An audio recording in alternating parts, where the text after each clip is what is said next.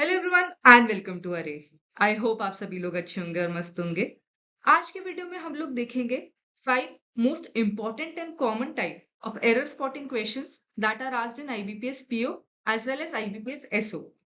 पहले हम लोग क्वेश्चन डिस्कस करेंगे, उसके एक्सप्लेनेशन देखेंगे एंड उसके बाद आप लोगों के लिए क्वेश्चन बैंक बनाया है जो आप लोग खुद सॉल्व करेंगे। अब क्वेश्चन का पैटर्न समझ लेते हैं। Identify the part of the sentence that contains an error if any. Choose from A B C D और E. Select no error if none of the parts contain an error. तो basically आपके पास 6 options है। अगर error part A में है then you have to select option A. अगर B में है then you have to select B. Similarly C D E. अगर सारे ही पार्ट्स करेक्ट है देन आपका आंसर होगा नो एरर। पढ़ लेते हैं क्वेश्चन क्या है। Despite of being warned several times, the employees continued to violate the safety protocols. The management had no choice but to suspend them.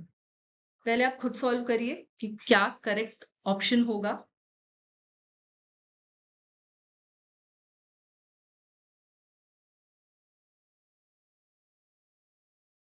And the right answer is option A, despite of being warned. देखो, despite अपने आप में ही एक preposition है, इसलिए उसके साथ of नहीं लगेगा। तो राइट स्टेटमेंट होगा डिस्पाइट बीइंग वार्न्ड। Question 2 है The teacher emphasized on the importance of regular practice for better results. The students listened carefully. आप राइट आंसर लिख के रखिए।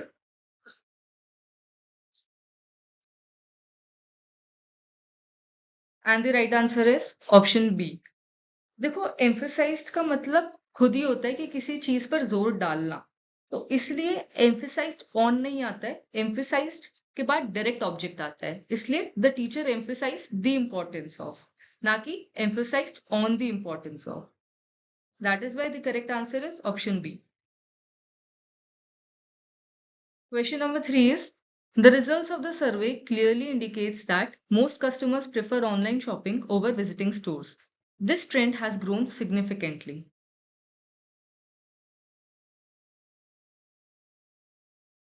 And the right answer is option B, indicates. देखो, सबसे ज्यादा common type subject verb agreement. आपका subject क्या है? रिजल्ट्स। रिजल्ट्स क्या है? प्लूरल है, तो वर्ब क्या आएगी? प्लूरल आएगी ना। इंडिकेट्स तो सिंगुलर वर्ब है, प्लूरल सब्जेक्ट के साथ प्लूरल वर्ब। ये वाला टाइप सब्जेक्ट वर्ब एग्रीमेंट काफी बार पूछा जाता है। इससे पहले जो हमने पढ़ा था वो प्रीपोजिशन यूजेज था। Question number 4 The project should have been completed last month, but the team couldn't able to meet the deadline due to unforeseen issues. A revised schedule was approved.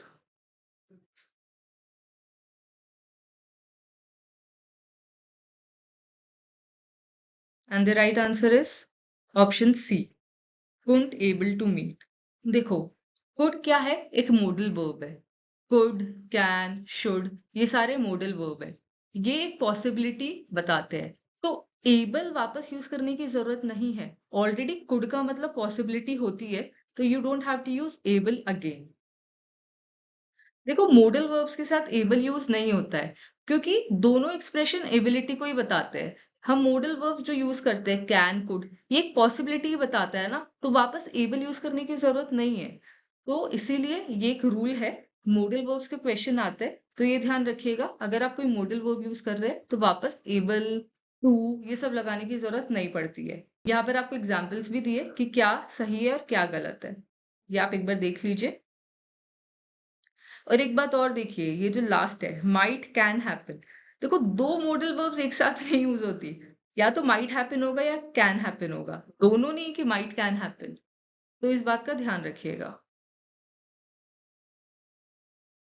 Question number 5 I am playing the piano since I was 10 years old. It brings me peace. Music is my passion.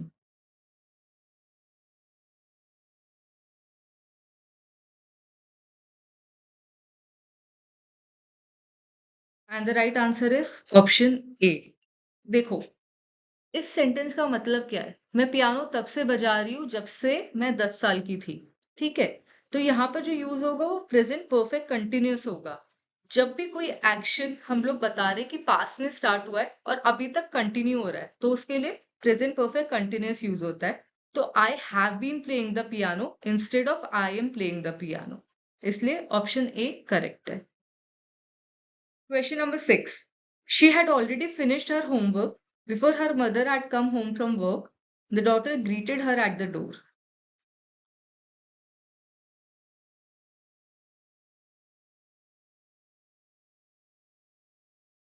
And the right answer is option C. अब देखो, ये बहुत ज्यादा पूछा जाता है exam में, note कर लो। दो एक्शंस जब भी पास्ट में होते हैं तो पहला एक्शन क्या लेता है? Past perfect. दूसरा एक्शन क्या लेता है? Simple past. अब सेंटेंस पढ़ते हैं। She had already finished her homework. ये काम पहले हुआ है, उसने होमवर्क पहले फिनिश किया है, तो इसलिए ये पास्ट परफेक्ट में आएगा। हैड ऑलरेडी फिनिश्ड ये एकदम करेक्ट है। Before her mother had come, ये एक्शन बाद में हुआ है, मदर बाद में आई है, इसलिए ये लेगा simple past.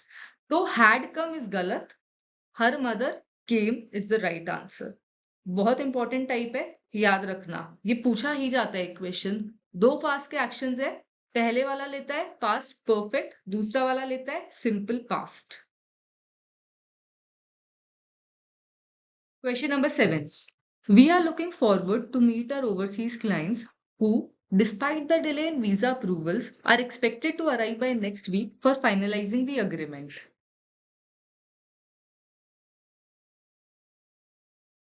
And the right answer is option B. I hope आप सब लोगों को gerund पता होगा कि क्या होता है। A gerund is the ing form of a verb used as a noun. यहाँ पर जो looking forward to है, ये एक phrasal verb की तरह यूज हुआ है, इसलिए ये एक gerund लेगा। तो meet ना आके the right answer will be looking forward to meeting. देखो, आप लोगों ने पढ़ा होगा कि टू के बाद वर्ब का बेस फॉर्म होता है, पर यहाँ पर जो टू है ना, वो एज एन इन्फिनेटिव यूज नहीं हुआ है। ये लुकिंग फॉरवर्ड टू, ये पूरा एक एज एन एक्सप्रेशन यूज हुआ है, इसलिए उसके बाद जेरेंड आएगा, तो फिर वर्ब का आईएनजी फॉर्म आएगा। Therefore meeting is the right answer. देखो, मैंने लास्ट में एक चीट शीट भी दी है। अभी इसके बाद हम लोग क्वेश्चन बैंक स्टार्ट करेंगे, एंड लास्ट में मैंने एक चीट शीट दी है कि बेसिकली किसके साथ क्या यूज होता है, क्योंकि इंग्लिश में बहुत सारे एक्सेप्शंस भी होते हैं। तो आप एक बार क्वेश्चन बैंक अटेम्प्ट करिए और लास्ट में आप वो चीट शीट देख सकते हैं। क्वेश्चन बैंक से पहले एक लास्ट क्वेश्चन देख लेते हैं, question number 8। After being informed about the delay, the project manager decided to postpone the review so that the team could complete revising the modules without compromising on the quality of documentation. The stakeholders were notified accordingly.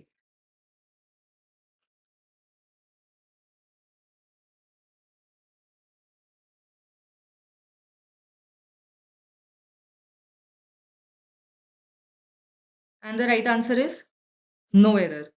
इस paragraph में कोई भी गलती नहीं है। अब एक बार देख लेते हैं। After being informed about the delay, the project manager decided to postpone. यहाँ पर to as an infinitive use हुआ है, इसलिए वर्ब का बेस फॉर्म यूज होगा, तो पोस्टपोन एकदम करेक्ट है। So that the team could complete, यहाँ पर मॉडल वर्ब भी करेक्टली यूज हुआ है, कोई इशू नहीं है। Could complete revising the modules without compromising, यहाँ पर कॉम्प्रोमाइजिंग एज अ जेरेंडी यूज हुआ है, इसलिए कॉम्प्रोमाइज का आईएनजी फॉर्म यूज हुआ है। ऑन भी सही है, कॉम्प्रोमाइजिंग ऑन भी यूज होता है। कभी कभार आप देखेंगे अमेरिकन इंग्लिश में ऑन नहीं भी यूज होता, but compromising on is correct. The quality of documentation, the stakeholders were, stakeholders plural है, तो वर आएगा, नोटिफाइड अकॉर्डिंगली। तो एब्सोल्युटली करेक्ट है ये पैराग्राफ, इसमें कोई भी एरर नहीं है। तो आपका करेक्ट आंसर नो एरर भी हो सकता है। क्वेश्चन बैंक में प्रोसीड करने से पहले एक बार इंस्ट्रक्शंस पढ़ लो। Read each question carefully. आप लोगों को ही क्वेश्चन पढ़ना है, मैं आपके लिए रीड आउट नहीं करूंगी, तो अपने पेज पे क्वेश्चन रीड करिए, उसका आंसर लिखिए अपने नोटबुक में। आपको 30 सेकेंड्स मिलेंगे फॉर ईच क्वेश्चन, आपको उसके अंदर ही आंसर करना है। इन केस आप जल्दी कर पाते हैं तो well and good. Then last में मैंने एक आंसर की दी है, उससे आप आंसर अपने मैच करिए, एंड एक्सप्लेनेशन भी मैंने दिया है। तो कोई भी आंसर में अगर आपको डाउट है कि ऐसा क्यों हुआ है, तो साथ में एक्सप्लेनेशन भी है आंसर की के।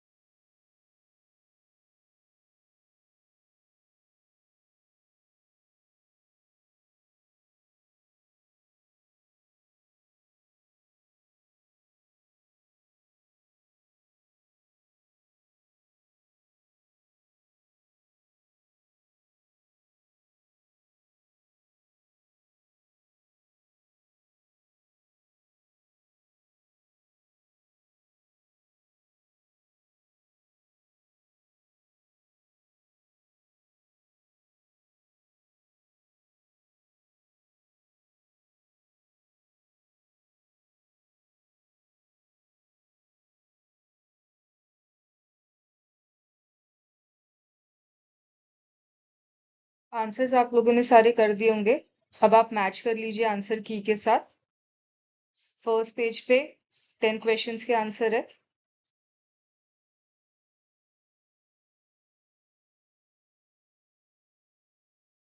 इसमें हम लोगों ने एक्सप्लेनेशन भी दिया है।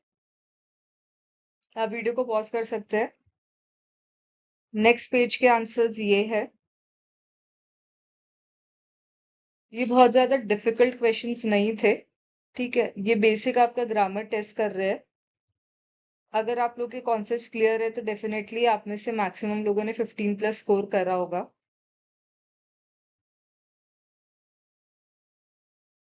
एंड इसके बाद हम लोग चीट शीट पे मूव करेंगे। ये detail subject verb agreement rules है। आप एक बार गो थ्रू कर लीजिए। टोटल 10 रूल्स है, काफी इंपॉर्टेंट है। एक्सेप्शन के साथ मैंने यहाँ पर लिखे हैं।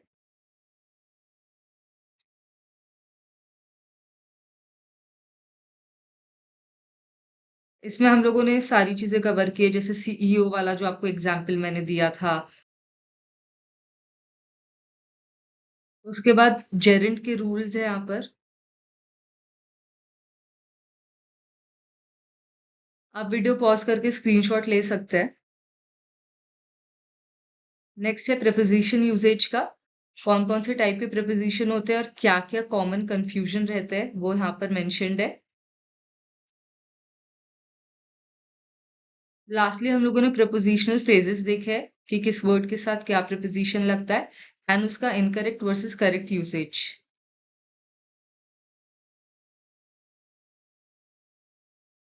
तो दैट वाज ऑल। वीडियो अच्छा लगा तो लाइक कर दो, शेयर कर दो अपने फ्रेंड्स फैमिली के साथ जो भी प्रिपेयर कर रहे हैं। एंड चैनल नहीं सब्सक्राइब किया तो कर दो यार, फ्री है। Thank you so much. I wish you all the very very best. Keep watching are.